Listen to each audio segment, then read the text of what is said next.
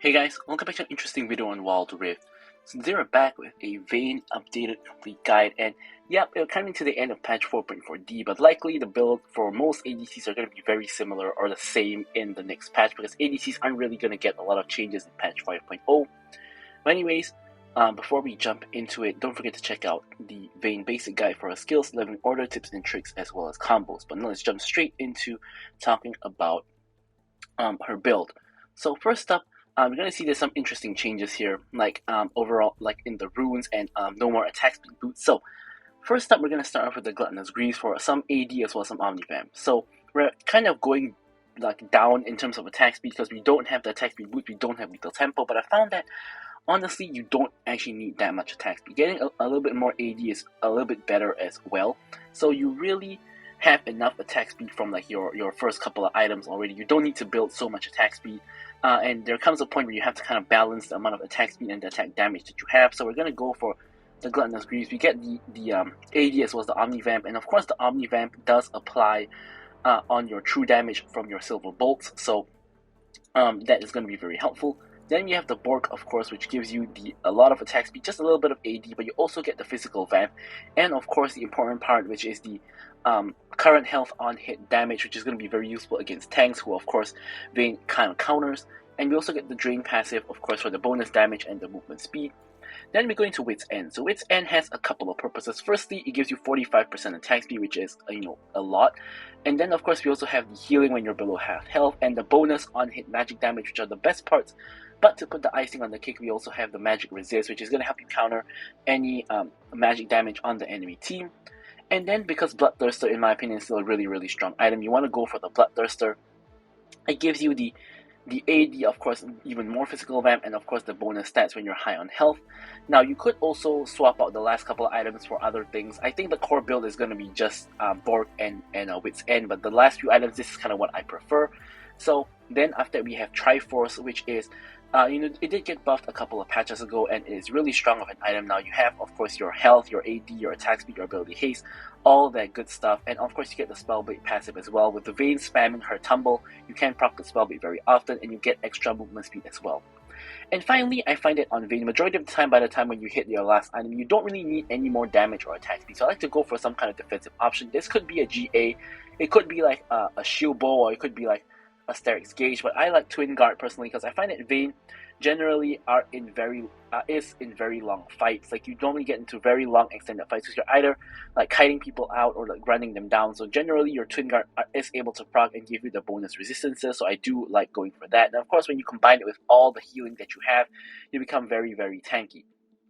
So of course, as I mentioned, these last three items are quite flexible, so you could go for again other defensive options like GA, Steric's, Maw if the enemy team is like 5 or 4 AP and you need even more magic resist on top of Wit's End. And then of course you have your other more offensive options, so you could go into crit.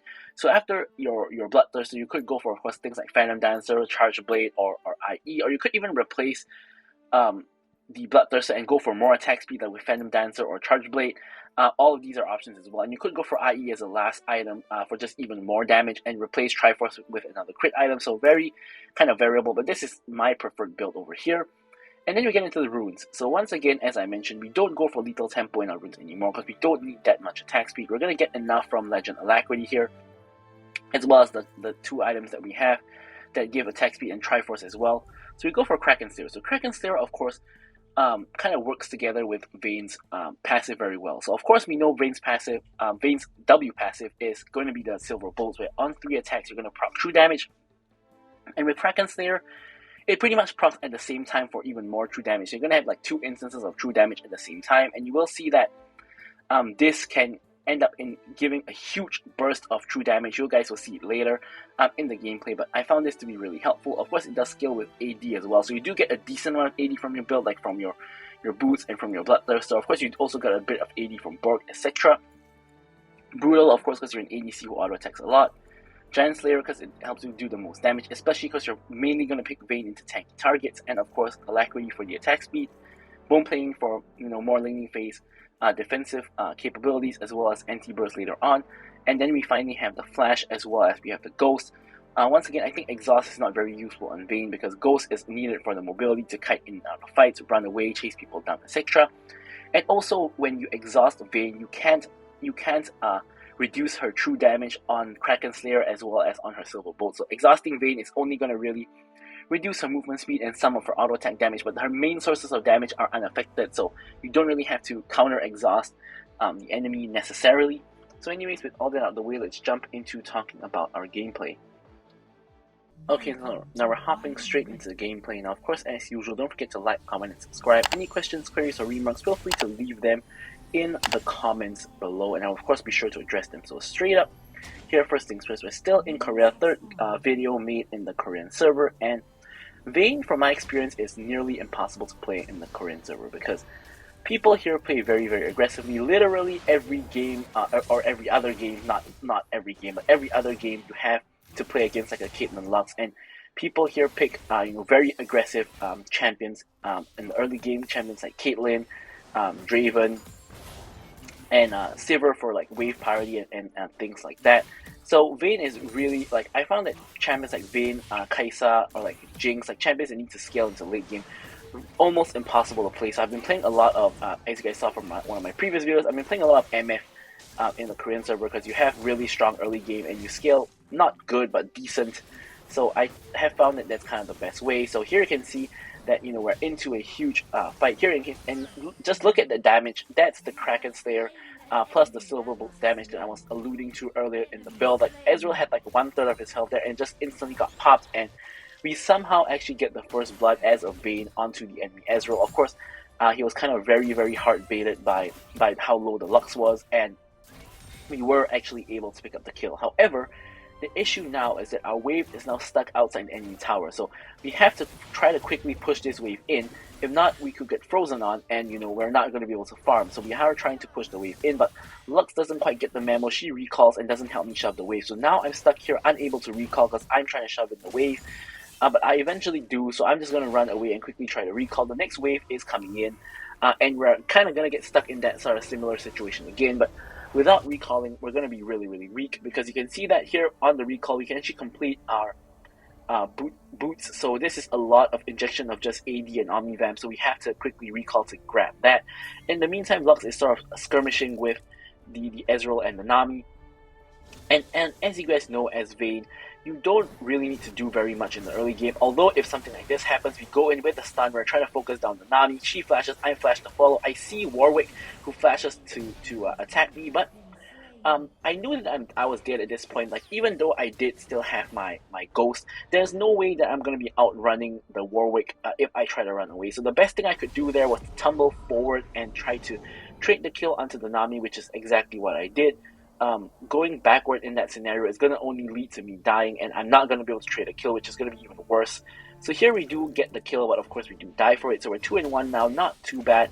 The best part is that we didn't actually lose the minion wave because Ezreal is too slow in pushing, so we are able to actually pick up majority of the minion wave when we walk back to lane. So we don't actually lose very much, and in fact we are still having a decent lead against the Ezreal, which is really good. So one thing that I like about this matchup, Vayne into Ezreal, is basically the fact that both champions have really like trash wave clear. So even though I can't really push the wave and clear, he can't really push the wave and clear either. Of course, he does have the option to ult the wave if he hits level 5, whereas I don't. But in general, it's a lot more even in terms of wave clear ability. Like, you're not gonna get shoved in permanently by the Ezreal because he's not gonna have very good wave clear either. Same as you, pretty much. So yeah.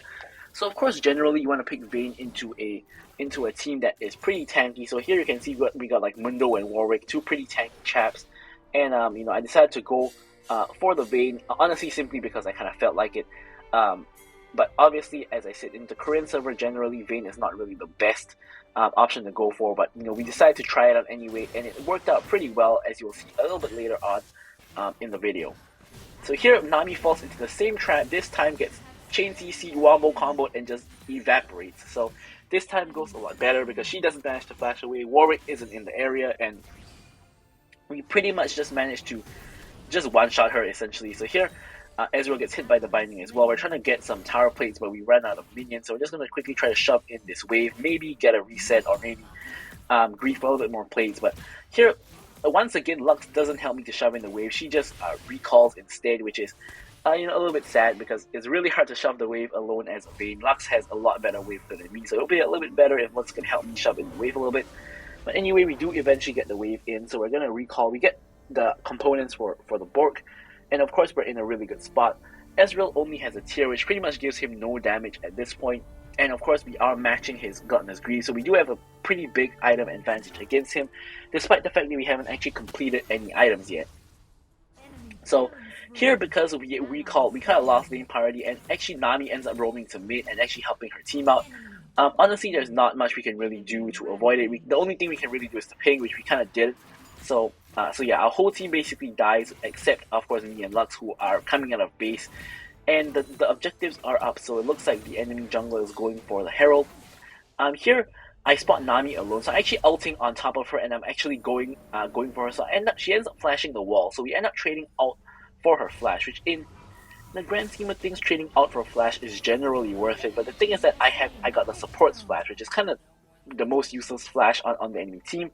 So yeah, so not really that good at the end of the day because we don't have ult for the dragon fight.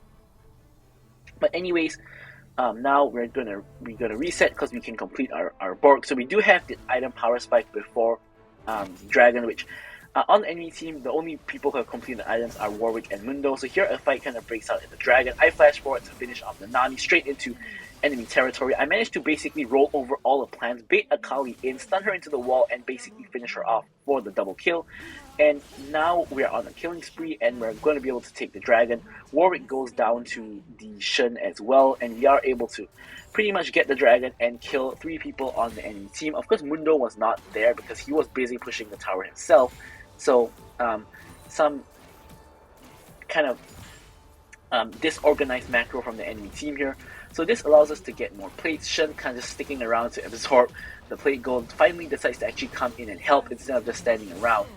So we are able to finish off this tower, but unfortunately Mundo does get the first tower quicker than us. I don't know if Shen was hitting the tower immediately if we would have gotten it before, but I still think it's pretty unlikely. So at the end of the day, we do lose the first tower, but we at least do get the bot tower, which then now opens up the map for us to roam. So here you can see Warwick and Akali are running down in our mid lane. So here we're trying to chase them down. We pop the ulti, we pop the ghost, and they're not going to be able to escape. We run down the Warwick, we're now running down the Akali.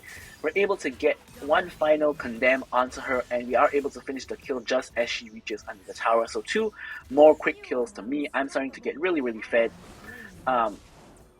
Here Nami stuck under the tower. I'm just trying to stay here and try to farm plates. She can either attack me or clear the minions. Either way doesn't quite matter. She gets comboed by Lux, and I'm able to actually prop the silver bolts to actually finish her off. And we actually get a kill on her, like pretty much 100-0 under tower, which is pretty nice. But I did end up tanking a huge tower shot, and of course we're still pretty early in the game, so we do take a ton of damage from the tower shot. But we are able to complete our wit's end, which is going to help us a lot against Akali and Warwick, because Warwick of course does do mixed damage despite the fact he generally builds physical damage items.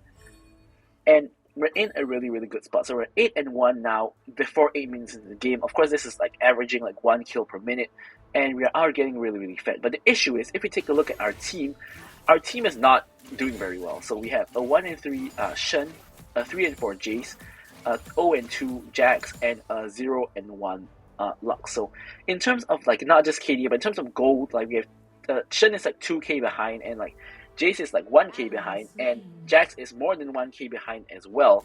So that's not looking too good. So our team overall is even in the enemy team, but that's only because I'm like 3k ahead of Ezreal, or 2k something ahead of Ezreal, and Lux is 1k ahead of Nami. So our bot lane is kind of balancing out the goal that we are losing in all the other lanes, so it's kind of going to be a really challenging game because we do have to carry the rest of our team who is kind of feeding, but of course, we do have the Lux who's not feeding because we have been getting the kills together for the most part.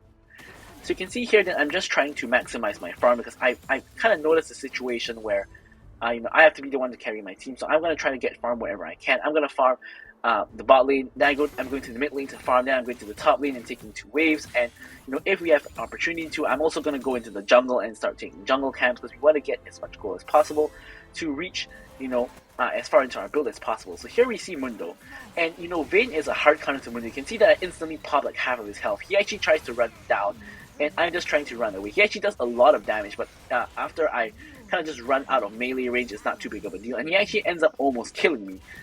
If he ignited me earlier, I might have actually died, so a little bit of not really the best play there, because I got a little bit too close for his Sunfire to proc on me, and also for him to auto-attack me. But eventually it does, of course, just work out, because we do just end up killing him. We lifesteal off of the minions, pretty much back to full health. And with the enemy team on the bot side of the map, I'm able to actually get this top tower for myself as well for an extra like 200 gold. So the tower, almost like a kill's worth of gold, being able to get the tower, and we are able to back and of course get some Bloodthirster components, which is of course what I'm going for in this particular match, as I advertised in of course the build section of the video at the beginning. But now we're gonna hit out of base. We're gonna hit over to mid lane, where we see like pretty much the entire enemy team. So we're not walking too far up. We're just waiting at around our fallen tower and just waiting for the minions to come in so that we can farm up the minions. And we don't want to overextend, because there could be enemies inside the bush waiting to catch us. And as I said, in this game, it's kind of up to us to carry, so we don't really want to get caught. Like, we have so much gold at this point in the game. At 10k gold, we have 2k gold more than pretty much anybody else in the game. Like, the next most fed person after me is going to be Mundo. I'm at 2k gold ahead of him. Actually, it's not Mundo, it's actually Warwick, where we're 1k gold ahead of him. So anyways, here, my team is sort of like, not my team, my Shen and Lux kind of wants to contest Dragon. So here I'm just not free hitting, but I'm just hitting the Mundo. I'm trying to kill the Mundo because I do a lot of damage to him, but he's not dead. Akali now tries to come in, and the enemy team does take the Dragon. Warwick, I believe, wanted to ult me, but ends up ulting my teammate instead. I'm able to flash the wall and try to kite away. Somehow I don't die here, and the enemy team are all really low. Once again, I'm focusing the Mundo, trying to kill him, but instead I realize it's kind of pointless, so I focus the Nami instead. I go for the Ezreal next, and now I'm going to go for Akali, because honestly, while Mundo is really fed, at the end of the day, he is just a tank, so he's not actually that valuable. So we take out all the carries of the team as well as the support, and leaving like only the 2 tanks alive, which is not really too big of an issue. Because Mundo, again, can't really clear wave, can't really do very much. Warwick is kind of similar situation, pretty poor wave clear, so if we really wanted to, we could just push in waves. But instead what we're going to do is we're going to actually back and get ourselves the Bloodthirster, and we're going to pick up a QSS as well. Now, on first glance, QSS is not that useful in this game, because Nami's wave and bubble can't actually be QSS unless you press your QSS prior to getting hit, because they are knockups.